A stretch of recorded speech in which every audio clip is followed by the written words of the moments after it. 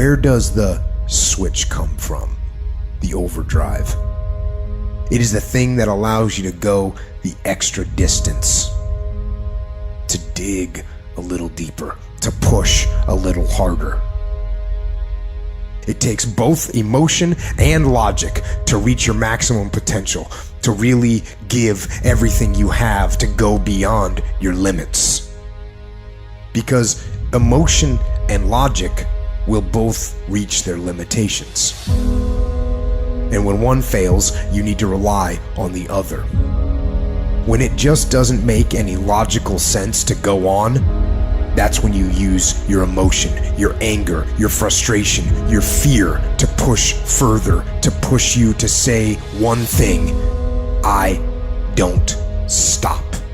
When your feelings are screaming that you have had enough, when you think you are going to break emotionally, override that emotion with concrete logic and willpower that says one thing: I don't stop.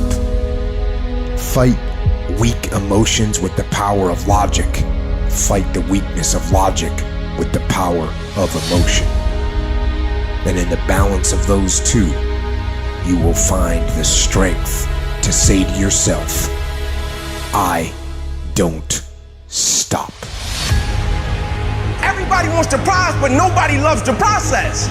Everybody wants to be a champion, but nobody's willing to put in the work that it takes to be a champion. Everybody wants to hold up the trophy and say, man, I did it, but nobody's willing to put in the work that it takes to do it. I love the process.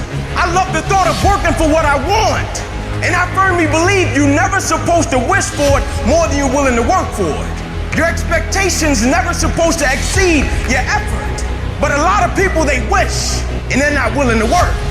And the great thing about life has a funny way of testing all of us and seeing how bad we really want what it is that we say we want. When you work for something, it gives you a different type of attachment to it. The harder you work, the harder it is to surrender. That's why cats can give up so easy.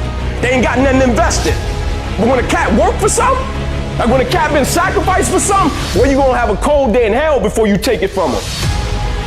You can't be good and be a legend. You can't be great, really, and be a legend. You gotta be phenomenal. I want you to push for legend.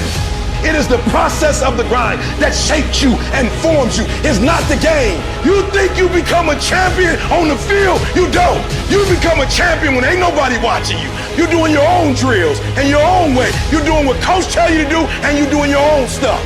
You become a champion in the dark when ain't nobody looking. You don't become no champion when you put no doggone helmet on. You become a champion the way you eat. You become a champion the way you think. You become a champion in your grind. When nobody knows what you're doing, when you putting in those extra reps, when you watching those videos and you getting inspired, when you change your music and you just get on stage and you shine.